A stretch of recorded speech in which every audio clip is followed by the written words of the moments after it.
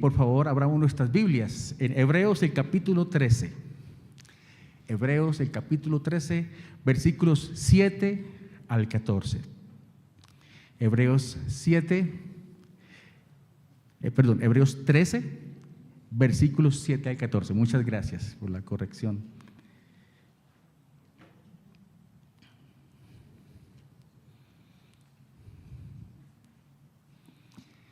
Y vamos a continuar entonces con el tema que el Señor nos dio inicio el domingo pasado. Pongámonos de pie, por favor, y leamos esta porción de la palabra. Hebreos 13, versículos 7 al 14. Dice esta versión que estoy leyendo aquí: acuérdense de sus guías que les hablaron la palabra de Dios y considerando el resultado de su conducta, imiten su fe. Jesucristo es el mismo ayer y hoy y por los siglos. No se dejen llevar por doctrinas diversas y extrañas, porque es buena cosa para el corazón el ser fortalecido por la gracia, no por alimentos de los que no recibieron beneficio los que de ellos se ocupaban.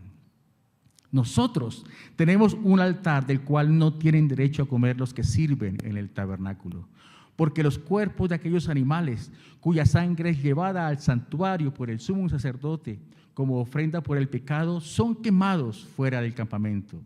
Por lo cual también Jesús, para santificar al pueblo mediante su propia sangre, padeció fuera de la puerta. Así pues, salgamos a su encuentro fuera del campamento llevando su oprobio, porque no tenemos aquí una ciudad permanente, sino que buscamos la que está por venir. Amén. Señor, gracias por tu palabra. En esta mañana delante de ti estamos y nuestros corazones, nuestros oídos, nuestra atención, nuestros pensamientos, todo en este instante, Señor, se enfoca en ti. Estamos atentos a ti. Rogamos, Señor, que nuestros pensamientos y todo nuestro ser esté plenamente conectado contigo, Señor. Quita de nosotros, de este lugar, toda distracción, Señor, que pueda en este instante estorbar, Señor, nuestra comunión contigo y el estar aquí atentos a tu palabra. Gracias por tu presencia en medio nuestro. Háblanos, dirígenos y bendícenos en el nombre de Cristo. Amén, amén, amén. El domingo pasado estuvimos hablando que este capítulo 13 es la conclusión de todo lo que el autor de la carta a los hebreos ha venido hablando a esta comunidad de creyentes, de cristianos allí en Jerusalén, cómo el Señor Jesucristo es superior a todo. El domingo pasado estuvimos hablando acerca de que este capítulo 13 son las exhortaciones finales con lo que el autor de esta epístola quiere que este auditorio, estos oyentes, quede con ellos. Que no solamente escuchen, sino que también lleven a la práctica en el día a día estas amonestaciones, estas exhortaciones, y que realmente en el día a día, en la cotidianidad, se pueda llevar a la acción esta palabra. Hoy continuamos con los versículos 7 al 14. Ahora el escritor bíblico quiere hacer un enfoque mucho más directo a la iglesia, a la comunidad de fe.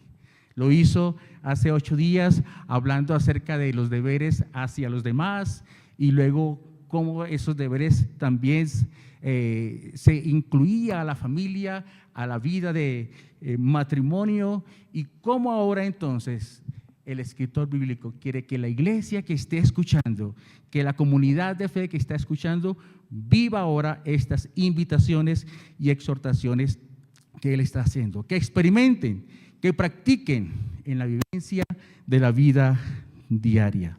Así que el escritor quiere afirmar y confirmar una vez más que si la fe permanece cimentada, fundamentada en Cristo, nos daremos cuenta que la fe es una fe práctica. Se demuestra a través de las acciones y no solo con palabras. He titulado esta predicación Viviendo con perspectiva de eternidad. Como hemos cantado, No busques el gozo en lo terrenal, tampoco esperanza en lo temporal. Buscamos un reino y una ciudad fundada por Cristo y libre de mal.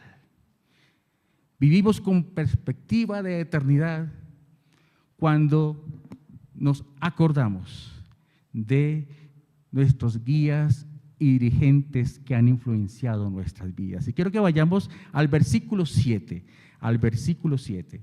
Y el versículo 7 comienza diciendo eso: recuerden, acuérdense de sus guías que les hablaron la palabra de Dios y considerando el resultado de su conducta, imiten su fe. En otras versiones habla, acuérdense de sus pastores, otras versiones hablan, acuérdense de sus dirigentes. Y la palabra utilizada aquí en el idioma original es precisamente eso, es la palabra dirigente, guía, alguien que acompaña, alguien que facilita un proceso, alguien que facilita oportunidades para enseñar, para cuidar, para guiar en la enseñanza de la palabra de Dios a otros. Entonces no solamente se va a limitar a un líder, a un pastor, a un guía, sino a todas aquellas personas que se han dispuesto para realmente acompañar a otros en la fe, en conocer a otros del Señor. Y precisamente está diciendo esto: iglesia, comunidad, acuérdense de quienes han dirigido, han guiado sus vidas, les han anunciado el mensaje de Dios. Y precisamente eso, ¿qué? ¿Qué les habló? ¿Qué les hablaron estas personas? ¿Qué nos hablaron aquellas personas con quienes tuvimos ese contacto y nos invitaron, nos animaron a encontrarnos con Cristo Jesús?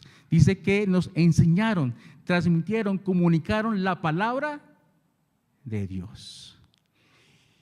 Y en el contexto de esta epístola de los hebreos, precisamente ellos, por las persecuciones, por todo lo que estaban viviendo, habían olvidado quienes habían intervenido en sus vidas para conocer el Evangelio, para conocer a Jesús. Y seguramente los apóstoles tuvieron que ver en este conocimiento, los apóstoles tuvieron que ver en esta enseñanza de la palabra, pero habían fallecido.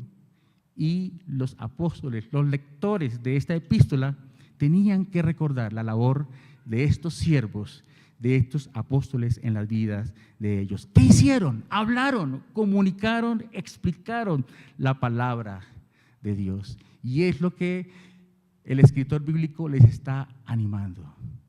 Recuerden la historia, recuerden quiénes llegaron a sus vidas para encaminarlos en el camino del Señor. No sé cuál ha sido su experiencia, hermano, pero quiero invitarle en este instante a que haga memoria. ¿Quién le habló de Jesús? ¿Quién fue aquella primera persona que lo animó a seguir a Jesús? O de pronto no fue inmediatamente, fue un proceso y hubo varias personas que le hablaron a usted y solamente hubo un momento crucial en su vida en que rindió su vida a Jesús. Quiero que haga memoria de aquella persona o de aquellas personas que insistieron, que le hablaron, que le comunicaron, que le explicaron la palabra de Dios para conocer a Jesús. ¿Cuál fue el fundamento de esa enseñanza que usted y yo recibimos de esas personas? Esas personas que con insistencia, esas personas que con dedicación, esas personas que con entrega y fidelidad estuvieron ahí con nosotros para guiarnos a conocer a Jesús. Seguramente no fue un pastor, fue un líder de la iglesia, fue un amigo de la universidad, fue un amigo del trabajo. Piense un momento en esa persona. ¿Qué recuerdas de aquellas primeras enseñanzas, de aquellos temas, de aquellos momentos de compartir que marcaron tu vida, que influenciaron tu vida para seguir fiel al Señor? Y es la invitación que nos hace hoy la palabra. Vivimos con perspectiva de eternidad, recordando, acordándonos de aquellos quienes guiaron, quienes motivaron, quienes encaminaron nuestra vida en conocer a Cristo Jesús. Y en segundo lugar nos dice allí, consideren, piensen, reflexionen en el resultado de su conducta. Miren cómo invirtieron sus vidas.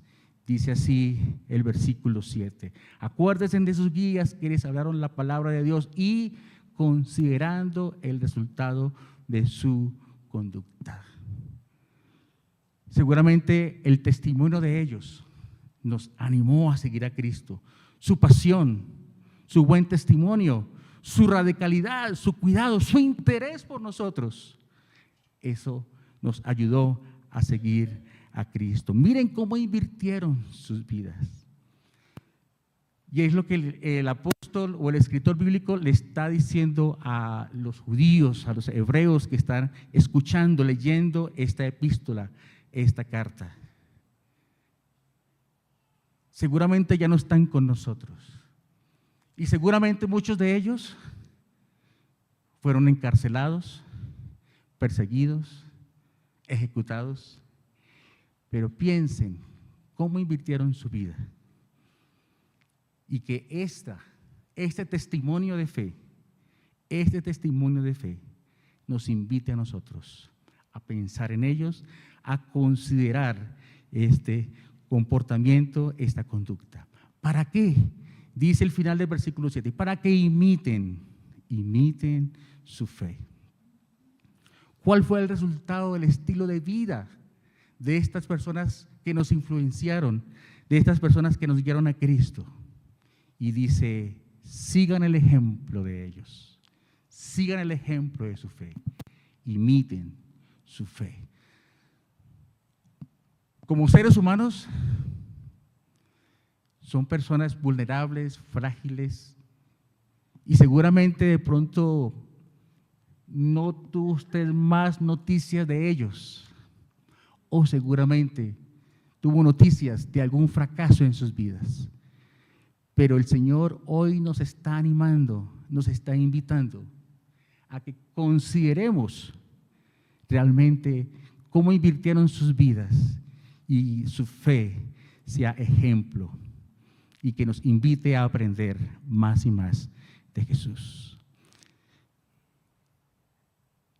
En la carta de los hebreos, estas personas, el ejemplo fue la muerte. El ejemplo fue entregar sus vidas por Cristo, por la causa de Cristo. Pero también al imitar la fe de ellos, nos invita a que, hermanos, recordemos quién es el pastor por excelencia, quién es nuestro guía por excelencia.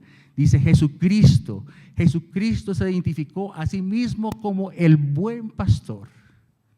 Juan 10:11. Y el buen pastor da su vida por las ovejas. Jesucristo es el pastor por excelencia. Debemos imitarle. Y es lo que la palabra nos está invitando hoy. Seguramente estas personas con quienes tuvo que ver nuestra vida cristiana inicial no nos acompañan hoy. Pero nos invita a mirar, a colocar la mirada en Jesucristo, quien se identificó a sí mismo como el buen pastor, alguien que dio su vida por la salvación tuya y mía.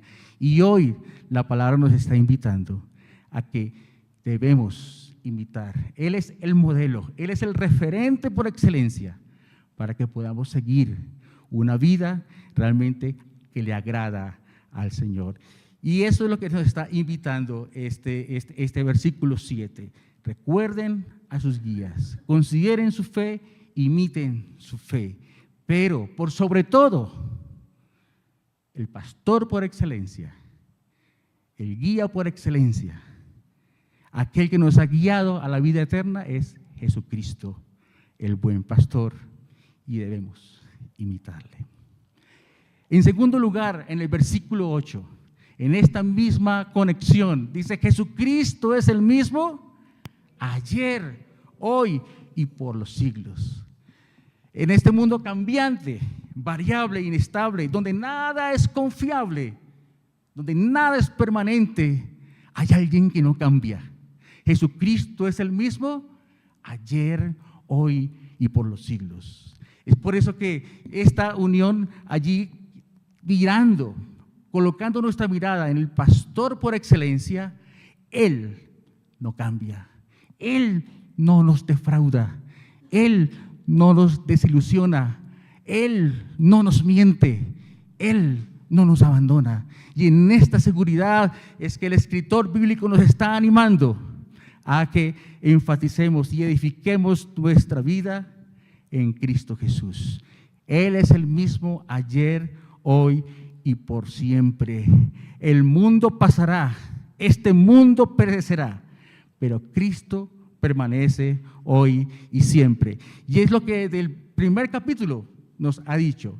Él es el resplandor de su gloria y la expresión exacta de su naturaleza, y sostiene todas las cosas por la palabra de su poder.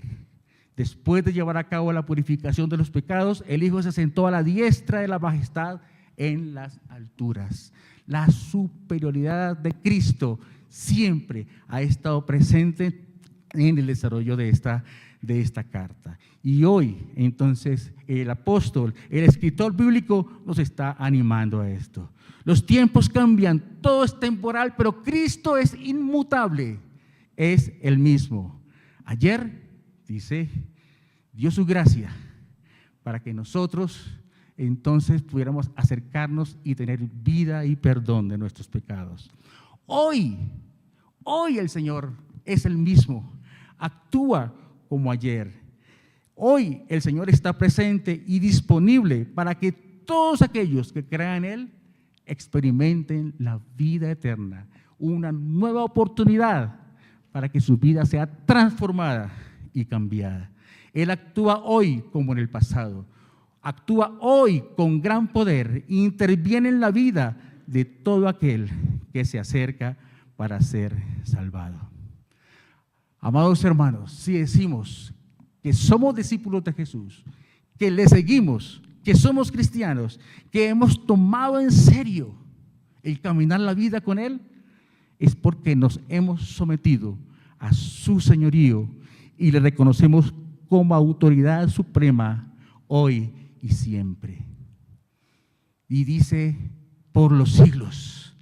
Esta es una verdad, es para siempre. Este versículo nos da la seguridad de la eternidad de Cristo. Él es inmutable y nos hace saber de que nuestra confianza y nuestra fe no está puesto en algo pasajero. Nuestra fe y nuestra confianza no está fundada en un hombre cualquiera. Nuestra fe y nuestra confianza no está fundada en una leyenda ni en ninguna historia inventada por alguien. Está fundada en el Hijo de Dios, en Dios mismo, en Cristo Jesús, el mismo ayer, hoy y por siempre. Los versículos 9 al 12 nos lleva al tercer punto, precisamente diciendo lo que hemos estado hablando desde el principio. No se dejen llevar ni cautivar por doctrinas diversas y extrañas. Permítanme leerlos del 9 al 12, allí en su Biblia, por favor, síganme. No se dejen llevar por doctrinas diversas y extrañas, porque es buena cosa para el corazón el ser fortalecido por la gracia, no por alimentos de los que no recibieron beneficio, los que de ellos se ocupaban. Nosotros tenemos un altar del cual no tienen derecho a comer los que sirven en el tabernáculo, porque los cuerpos de aquellos animales cuya sangre es llevada al santuario por el sumo sacerdote como ofrenda por el pecado son quemados fuera del campamento. El apóstol Pedro, allí en la segunda carta, capítulo 2, versículo 1, dice: pero hubo también falsos profetas entre el pueblo, Como habrá entre vosotros falsos maestros que introducirán encubiertamente herejías destructoras y aún negarán al Señor que los rescató, atrayendo sobre sí mismos destrucción repentina. El apóstol Pedro trajo a la memoria lo que mismo Jesús había dicho, que saldrán falsos maestros para engañar aún a los escogidos. Pedro había escuchado esas palabras y ahora vivía cómo esa advertencia se hacía real. Así como los falsos profetas y falsos maestros habían contradicho los verdaderos profetas del Antiguo Testamento, el apóstol Pedro está diciendo, ojo porque hay falsos maestros, falsos profetas, que se introducirán encubiertamente para engañar, para desfigurar, para traer herejías al pueblo. Los medios masivos de comunicación, hermanos, son eficaces para esparcir la verdad, para proclamar el evangelio hasta el último rincón de esta tierra. Pero así también se puede esparcir el error. Ojo, hermanos, prestemos atención, abramos nuestros oídos, así como el evangelio edifica a los creyentes y los lleva a madurar y a fortalecerse en la fe de Jesucristo, así las falsas doctrinas son un tropiezo para los creyentes y destrucción para aquellos que las siguen. Muchos van camino al infierno por haber abrazado un evangelio, escúchenme, distorsionado. Un evangelio que no predica claramente acerca del pecado. Un evangelio que no habla claramente del sacrificio de Cristo en la cruz por nuestros pecados. Un evangelio que no habla de que nuestra justificación es únicamente por la fe en la obra de Cristo. Uno de los ataques de Satanás a través de toda la historia de la iglesia es precisamente acerca de la justificación por la fe en Cristo y las implicaciones de abrazar este evangelio. Alguien decía estas palabras: el diablo hará todo lo que esté de su parte para detener el avance del evangelio. Y si no puede detenerlo, lo hará cambiar. Y si no puede cambiarlo, lo mezclará. Y si no puede mezclarlo, dice que entonces lo diluirá con otras cosas, de manera que distraiga nuestra atención y nos desviemos de caminar con el Señor. Hermanos, el diablo odia el evangelio. Mantengámonos vigilantes con aquellos que distorsionan, desdibujan, desfiguran el evangelio de Jesús. ¿Te quieres defender de las falsas doctrinas? Queremos tener argumentos para poder ir en contra de ellas. Conozcamos el evangelio. Hermano, conoce el evangelio, que esté tan arraigado en nosotros, que esté encarnado, asimilado, que lo vivamos de tal manera que seamos capaces de identificar cualquier distorsión. En nuestra comunidad, en nuestra iglesia, hay oportunidades para profundizar en la palabra, para conocer aún más del evangelio, para poder aún más saber las implicaciones de nuestro caminar con el Señor. No lo despreciemos. Busquemos la manera de cómo aprender más del evangelio de Cristo. Solo así tendremos los recursos para defendernos de las falsas doctrinas. Como dice el apóstol Pablo en Efesios 4:14, para que ya no seamos niños fluctuantes, llevados por cualquier viento de doctrina. No debemos dejarnos contagiar por las enseñanzas de las falsas doctrinas.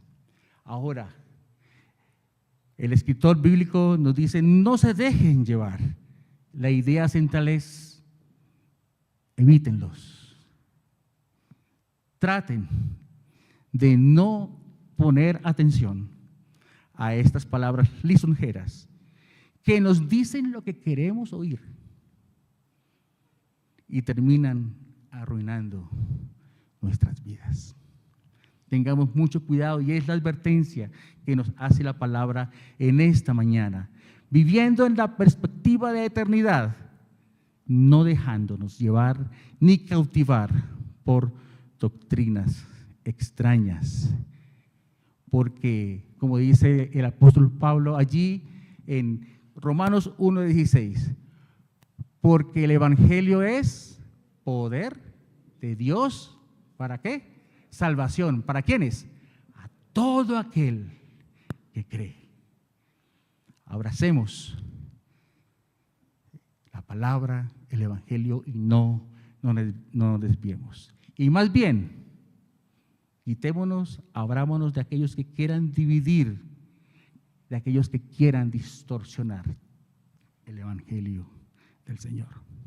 Los versículos 10 al 12 dice: nosotros tenemos un altar del cual no tienen derecho a comer los que sirven en el tabernáculo, porque los cuerpos de aquellos animales cuya sangre es llevada al santuario por el sumo sacerdote como ofrenda por el pecado, son quemados fuera del campamento.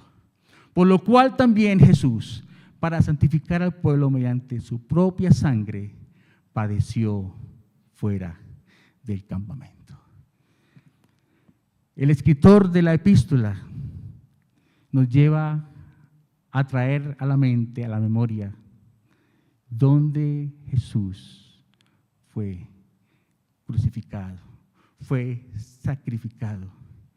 El lugar donde Cristo se ofreció como cordero, y allí, por tu pecado, por mi pecado, allí, por tu rebelión y mi rebelión, dice que fue molido por nuestros pecados. El castigo de nuestra paz fue sobre él, y por su llaga hemos sido curados.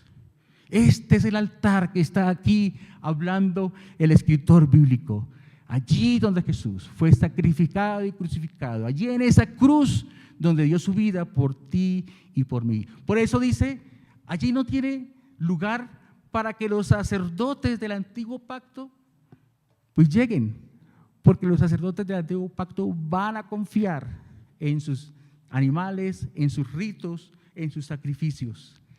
Pero hoy nos está invitando a recordar que en Cristo Jesús, su sacrificio, hoy podemos tener acceso directo, pleno, para entonces experimentar su perdón, su expiación, su salvación, su limpieza, su santificación en nosotros.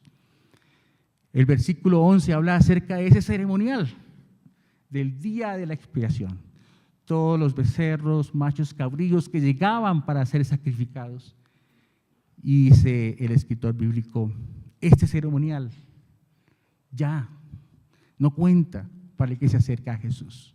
Tenemos acceso al altar del lugar donde Cristo fue sacrificado y crucificado.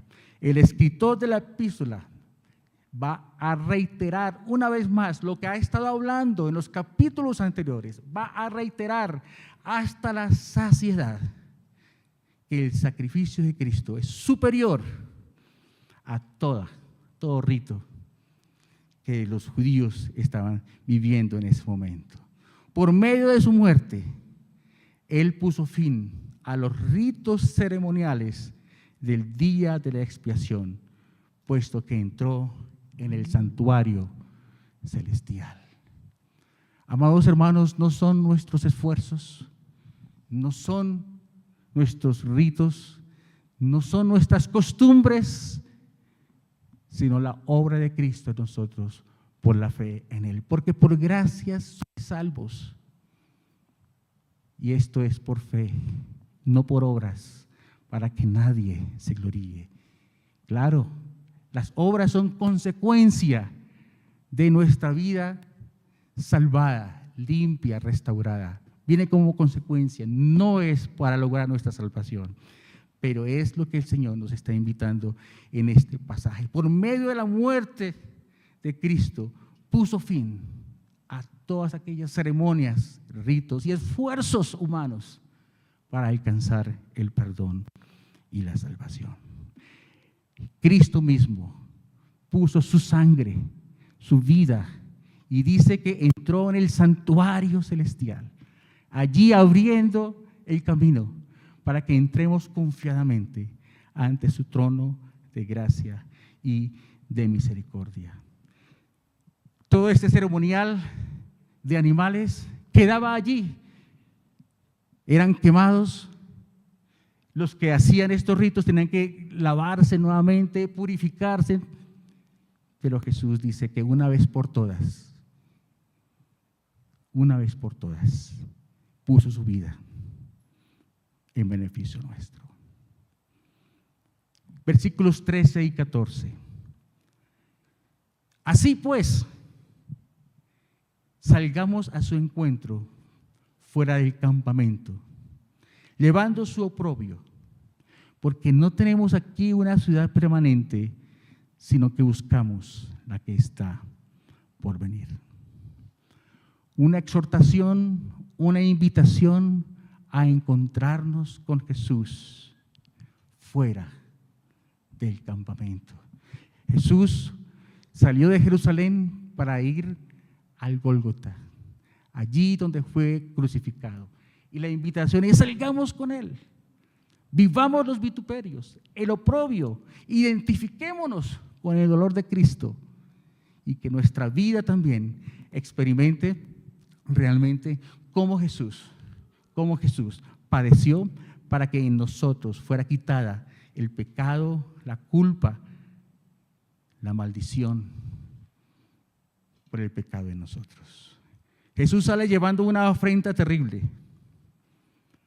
Hermanos, allá afuera, en el mundo donde nos desenvolvemos, vivimos diariamente, seguramente las cosas no son fáciles para nosotros. Las pérdidas, el sufrimiento están a la orden del día. Salgamos pues con Él, también viviendo estas experiencias duras, pero con la seguridad de que Él está con nosotros. Afuera, nuestra vida corre peligro. Afuera estamos expuestos al mal. Pero el Señor nos invita a que con Él padezcamos y vivamos estas experiencias con la seguridad de que Él está con nosotros para darnos las fuerzas. Seguramente podemos decir de que afuera no se puede hablar de Jesús. Seguramente decimos: no, es difícil compartir a las personas de Jesús. Pero, amados hermanos, si hay esa dificultad de hablar, podemos vivir a Jesús allí donde está. Porque al vivir a Jesús sin palabras, alguien va a acercarse y nos va a decir: usted es diferente. Hábleme de lo que usted está viviendo. Y ahí está la oportunidad para compartir. Así que no tengamos excusa para no llevar a otros, para no alcanzar a otros para Jesús. Vivamos el Evangelio allí donde estamos afuera. Vivamos a Jesús en la calle. Vivamos a Jesús con el compañero de trabajo. Vivamos a Jesús allí en el Transmilenio. Vivamos a Jesús con la persona que nos atiende allí en el supermercado. Donde vayamos, alguien va a preguntar y allí podremos compartir acerca de la esperanza que hay en Cristo Jesús. Debemos recordar a dónde y a quién pertenecemos, amados hermanos. Seguramente usted dirá: yo no tengo el don de evangelizar, no tengo el don de la oratoria, no tengo tantas cosas, pero el hecho de que el Señor te permita compartir a diario vivencias con otra persona Esa va a ser la oportunidad para que esta persona conozca de Jesús a través de tu testimonio, a través de tu vida. Para ser también como empezamos con el versículo 7, aquellos que se disponen para guiar a otros, aquellos que se disponen para conducir a otros a Jesús, aquellos que se disponen a acompañar a otros, aquellos que se disponen a cuidar de otros, a discipular a otros para conocer a Jesús. Hermanos, que el Señor nos ayude a que tengamos presente de que somos embajadores de su reino, de que somos sal y luz en medio de este mundo. Y el versículo 14 dice, porque no tenemos aquí una ciudad permanente, sino una que buscamos, sino que buscamos la que está por venir, por venir. Estamos llamados a vivir con perspectiva de eternidad. Hermanos, estamos de paso en este mundo. Somos peregrinos. La vida es breve. La vida hoy es y mañana no es. Hoy tenemos salud, mañana no la tenemos. Tantas cosas pasan alrededor nuestro, pero tengamos presente, hermanos, que estamos de paso. Estamos de paso. Esta tierra no es el hogar permanente para los creyentes. Esperamos la ciudad eterna que se encuentra en un reino eterno. La ciudad que realmente importa es la celestial, la futura, a la que tú y yo tenemos espacio y lugar, porque el Señor fue a preparar lugar para nosotros. Juan 14, 2 y 3 dice, no se turbe vuestro corazón, no se asusten, no se angustien, no se pongan tristes. Voy pues a preparar lugar para ustedes, para que donde yo estoy, ustedes también estén conmigo. Jesús no se preguntó si había vida después de la muerte o no. Él simplemente, con claridad meridiana, Él dijo, conozco esta vida y por lo tanto voy a preparar un lugar para que ustedes estén conmigo. No pongamos nuestra confianza, hermanos, en lo que será destruido. No pongamos nuestra confianza en lo que va a desaparecer. Más bien, edifiquemos nuestra vida, fundamentemos nuestra vida en Cristo Jesús, en conocer su evangelio, en su palabra, pero por sobre todo en vivirlo, como lo ha estado expresando el escritor a los hebreos. Esta era la invitación para que en medio de la comunidad, en medio de la iglesia, en medio de los creyentes, se viviera esta verdad. Estamos de paso. Hay una ciudad que el Señor ha preparado para nosotros y que está a la mano cuando el Señor disponga de nuestra vida o si Él viene hoy mismo. La ciudad que realmente importa es la celestial, es la futura. La gloria esperada es mucho mejor. Cuando estamos desanimados, hermanos, por cualquier cosa, persecución, pérdidas, estamos bajo de nota, hoy las emociones no nos alcanzan como para vivir la vida como quisiéramos. Cuando estamos desanimados, hemos perdido la motivación para seguir adelante. Y nos parece que la montaña es tan alta, nos parece que el valle es demasiado oscuro, nos parece que la batalla es demasiado intensa y perdemos el valor, el coraje y la determinación para seguir adelante. Yo quiero animarles, hermanos, para que perseveremos, para que seamos diligentes en nuestra vida de comunión con el Señor, para que crezcamos en el conocimiento de Él y experimentemos el poder de Él en nuestras vidas.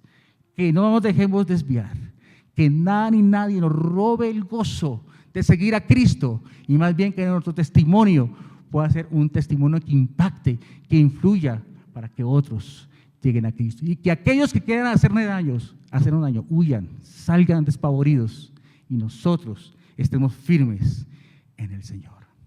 Cerramos nuestros ojos, por favor, un momento.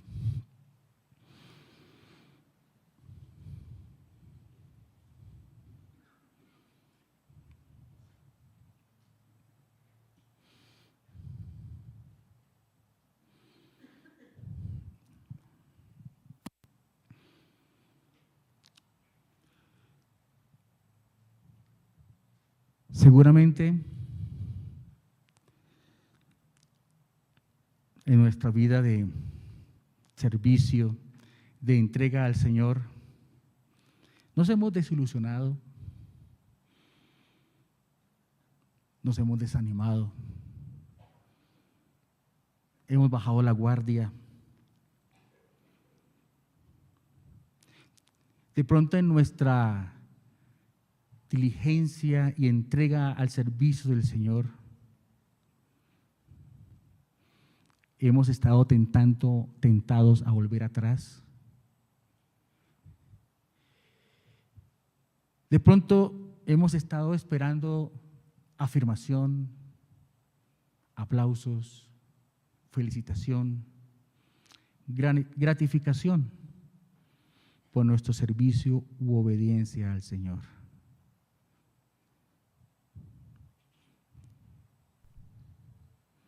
No perdamos de vista a quién seguimos. Los seres humanos, como quieran que querramos llamarnos, guías, pastores, líderes, siervos, decepcionamos con tanta facilidad.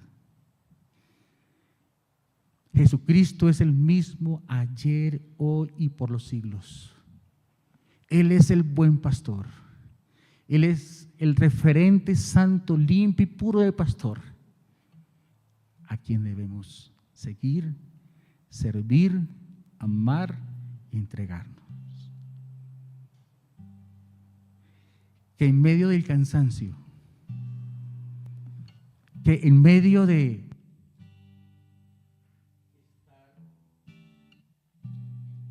entregados y no vemos lo que queremos, dice la palabra en el texto de Hebreos 13, versículo 6. Porque Él dijo: no te desampararé, ni te dejaré. De manera que podamos decir confiadamente: el Señor es mi ayudador. Por lo tanto, no temeré lo que me pueda hacer el hombre. Piensa un momento allí. ¿Qué es lo que primero hacemos cuando tenemos miedo? ¿Qué es lo que primero hacemos? ¿Cuál es nuestra reacción inmediata cuando hay temor en nosotros? Hoy el Señor trae una buena noticia para ti y para mí. Esta tierra no es el lugar permanente de los creyentes.